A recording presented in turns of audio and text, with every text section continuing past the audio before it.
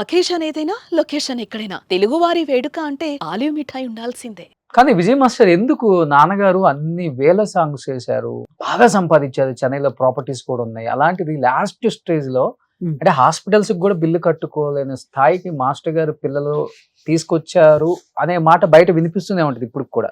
దానికి సమాధానం ఇప్పటికైనా చెప్తారా మీరు?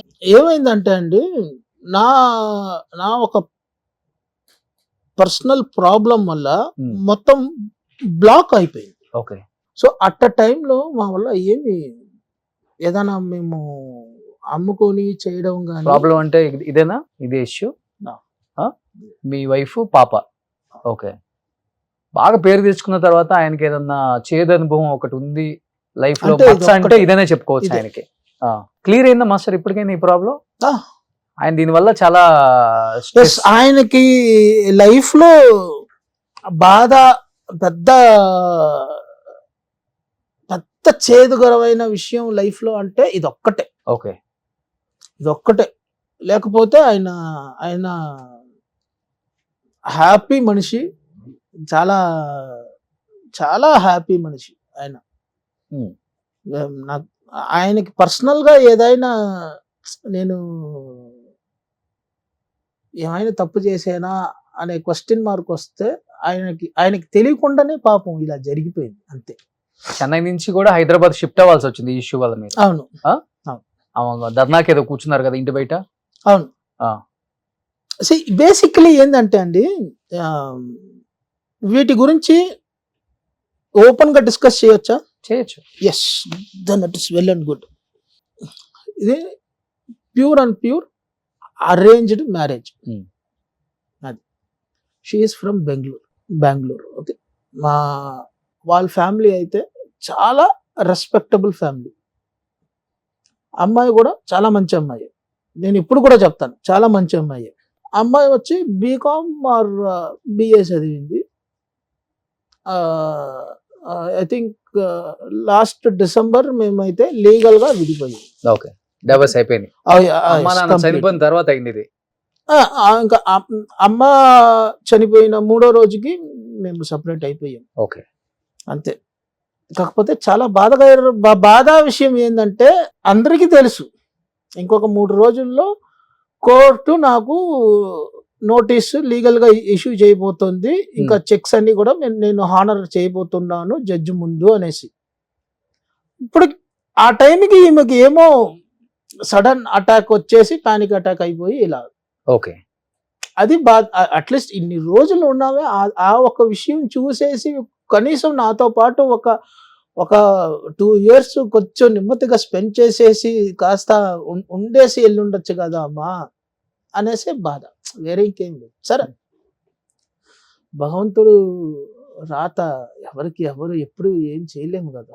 సో అమ్మాయి కూడా మంచి అమ్మాయే, చాలా పద్ధతైన అమ్మాయే.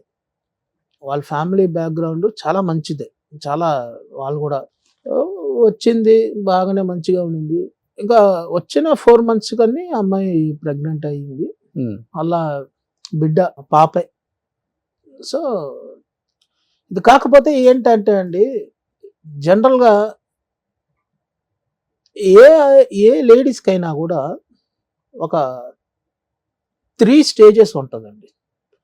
ఒకటి, ఒక 8 years నుంచి 12th year దాకా ఒక స్టేజ్ ఉంటుంది ఫిజికల్గా.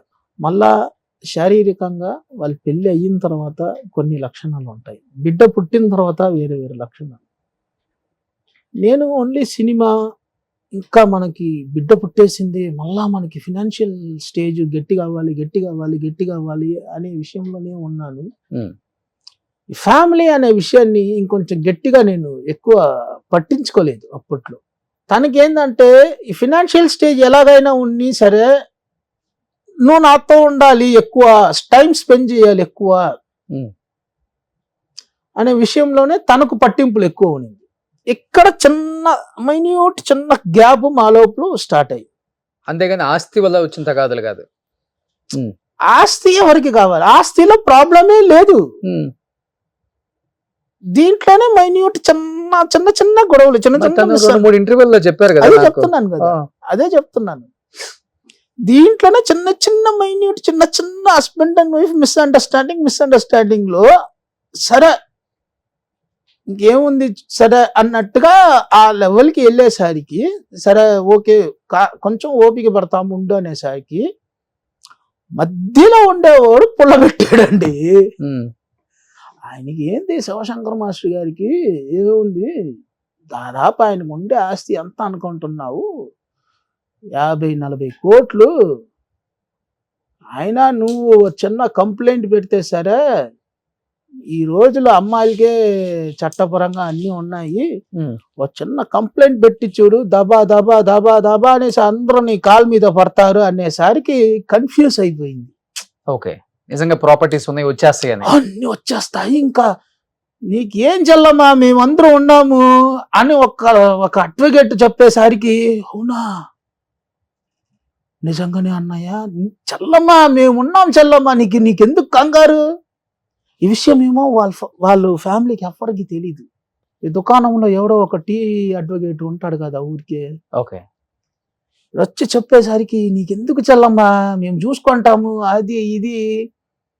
ఫస్ట్ ఈ అడ్వకేట్ మా దగ్గరికి వచ్చాడు, ఏంటండి ప్రాబ్లము, ఇలా ఇలా ఏంటి అసలు మీ కుటుంబంలో ప్రాబ్లం ఏంది, మీరు ఏం భయపడొద్దండి మేము చూసుకుంటాము, అసలు నువ్వు ఎందుకు వస్తావు, ఏంది నీకు ఈ కుటుంబానికి వ్యాపారం ఏంది, అయినా మా గొడవలు మేము చూసుకుంటాము, ఇన్వాల్వ్ అవ్వద్దు.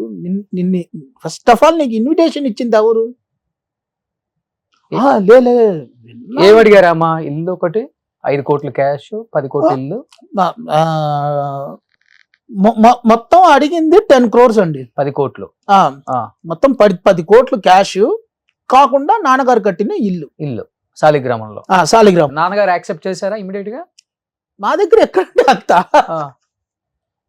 అంతెక్కడ అంతన్నీ లేదు, మొత్తమే తిరిగి చూసినా ఉండేది ఒక 4 కోట్లు.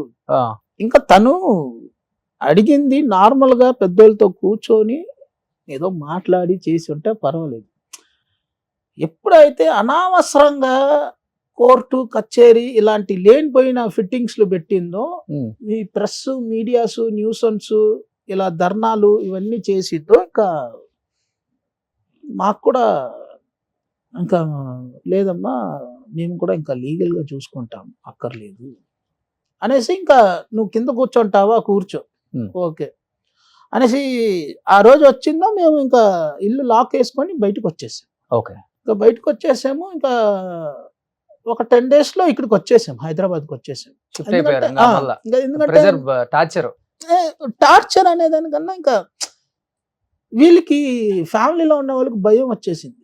వీడు ఇంకా ఎక్కడ వెళ్ళి వాళ్ళు ఎక్కడంటే నేను వెళ్ళే ప్రతి చోటికి ట్రిగర్ చేస్తూ ఉండడం, నా తమ్ముడిని ట్రిగర్ చేస్తూ ఉండటం, వాడు ఎక్కడైనా పని మీద ఎక్కడైనా బయటికి వెళ్తే వాడిని పోలీసు వాళ్ళని వదిలి ఊరికి అయినా స్టేషన్కి పిలిపించడం, ఓకే, ఇలా టార్చర్ చేయడం స్టార్ట్ అయ్యింది. నాన్నగారికి అంత పేరుంది కదా తమిళనాడులో, మరి వెళ్ళామండి, వెళ్ళాం డైరెక్ట్ విత్ పేరు ఉండడం కాబట్టి మేము బ్రతికేము నిజం చెప్పాలంటే. లేకపోతే ఈ ఆడోళ్ళు ఫేవర్స్ ఏదైతే సిస్టమ్ ఉందో తొక్కేసి ఈ చోటుకి ఈ సిచ్యువేషన్ లో అక్కడ ఏదో చెట్టు గిట్టు మొలిసేసేది అంతా. మేము వితౌట్ ఎనీ అపాయింట్మెంట్, నేను ఏదో గొప్పకి చెప్పుకోవట్లేదు, వితౌట్ ఎనీ అపాయింట్మెంట్ స్ట్రైట్ గా ఇంకా సీఎం ఇంటికి వెళ్ళిపోయాము. అమ్మ జయలలితమ్మ మేడం ఇంటికి వెళ్ళిపోతే అప్పుడే కాన్వాయ్ బయలుదేరుతోంది ఇంట్లోంచి. మేడం ఇట్లా చూసేసి పిలిచేశారు మాస్టర్ గారిని.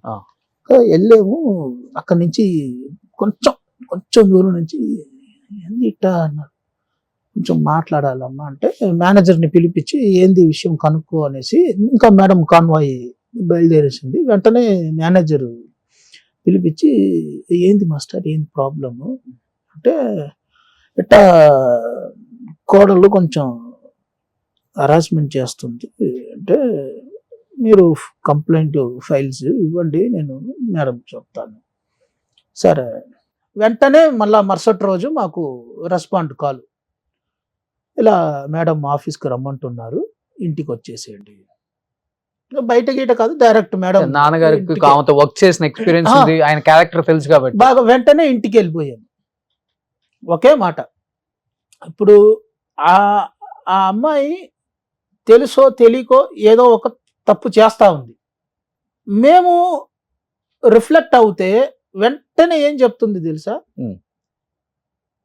పొలిటికల్ ఇన్వాల్వ్మెంట్ ఉంది అనేసి ఉమ్. చెప్పును, తప్పితే వేరే ఇంకేం చెప్పదు. కాకపోతే ఒకే ఒక విషయం, పోలీస్లో ఏ హరాస్మెంట్ లేకుండా మేము చూసుకుంటాం, Hmm. మీరు నిమ్మతంగా ఉండండి అంతే. మళ్ళా దీని వెంటనే వచ్చి మహిళా కమిషన్కి షిఫ్ట్ చేయించారు ఎంక్వైరీకి. Hmm. వెంటనే మహిళా కమిషన్కి వెళ్ళింది కంప్లైంట్. సో ఉమెన్స్ కమిషన్కి వెళ్ళింది. ఓకే. ఏంటి ఇది అనేసి వెంటనే వెళ్ళింది. అంటే వెళ్తే అక్కడికి మొత్తానికి విషయం తెలిసిపోయింది. సో పోలీస్ని బ్రైబ్ చేశారు అనేసి వెంటనే ఆ పోలీస్ని పెట్టుకొని వాయించేసారు. Hmm. సో ఏం వాయించినా ఆన్ ది ఫైన్ డే మనకి నా మీద 498 పెట్టారు. అంటే ఇలా డౌరీ అడుగుతున్నారు అనేసి నా ఎంటైర్ ఫ్యామిలీ మీద, నాన్నగారి మీద, అందరి మీద, నా మీద, నాన్నగారి మీద, నా తమ్ముడి మీద, అమ్మ మీద, Hmm. మా నాగేశ్వరరావు మామ అంటున్నాను కదా, Hmm. వాళ్ళ మీద, పాపం మా అత్తగారి మీద, అందరి మీద పెట్టారు. ఓకే, అది ఫేస్ చేసాము. తర్వాత attempt to murder IPC 307 Hmm. నా మీద, మా నాన్నగారి మీద ఒకటి, మళ్ళా ఐపీసీ 307 ఇంకొక కేసు, నేను, నా తమ్ముడు, మా అమ్మ మీద. Hmm. అంటే సిచ్యువేషన్ ఎలా అంటే వాళ్ళు మా ఇంటికి వచ్చారు, నేను, మా అమ్మ, నా తమ్ముడు వాళ్ళని మర్డర్ చేసేకి ప్లాన్ చేసేది. ఓకే. అసలు మా ఇంటికి ఎందుకు ఆ అమ్మాయి వచ్చింది, వితౌట్ ఎనీ ఎంక్వైరీ ఊరికే పెట్టేసేది కేసులు. కోర్టుల చుట్టూ తిరిగేవాళ్ళు మీరు మాస్టర్ గారితో సహా. ఆ, ఆ. అంతే. ఇంకా ఫ్రస్ట్రేషన్స్ అప్పుడు ఎలా ఉండేది అంటే పీక్స్, ఇంకా జీవితం ఎందుకురా అన్నట్టుగా. పాపం మా అడ్వకేట్ ఎంత ఎంత ఓపికతో నాకు అడ్వైస్ చేసి పంపించేవాళ్ళంటే, టెన్షన్ అవ్వద్దు, వాళ్ళు వాంటెడ్గా ట్రిగర్ చేస్తూ ఉంటారు, నువ్వు పొర్రపాటున చిన్న మిస్టేక్ చేసేవంటే ఇంకా పట్టేసుకుంటారు, వాళ్ళు నిన్ను ట్రిగర్ చేస్తూ ఉంటారు, తెలుసు, తప్పదు, వాళ్ళు చేసేది తప్పే అది, కానీ తప్పదు ఇది, నీకు ఉండాలి ఉండాలి ఓపికతో ఉండు అని గట్టిగా తీసుకొని వచ్చి ఆఖరికి అతనికి ఛాన్స్ దొరికినప్పుడు ఫ్రై చేసాడు చూడండి క్వశ్చన్స్లో. అసలు ఒక్క క్వశ్చన్ కూడా తను ఆన్సర్ ఇవ్వలేదు. ఇంకా కోర్టులో తెలిసిపోతుంది వాళ్ళ విషయాలు మీరు ఎన్ని కేసులైనా పెట్టచ్చు. అదే కానీ తను కేవలం డబ్బు కోసమే చేసింది అన్నారు కాబట్టి అవును. చివరి రోజులు అట్లీస్ట్ తెలుసుకొని ఉంటుంది కదా నాన్నగారు పోయిన తర్వాతైనా.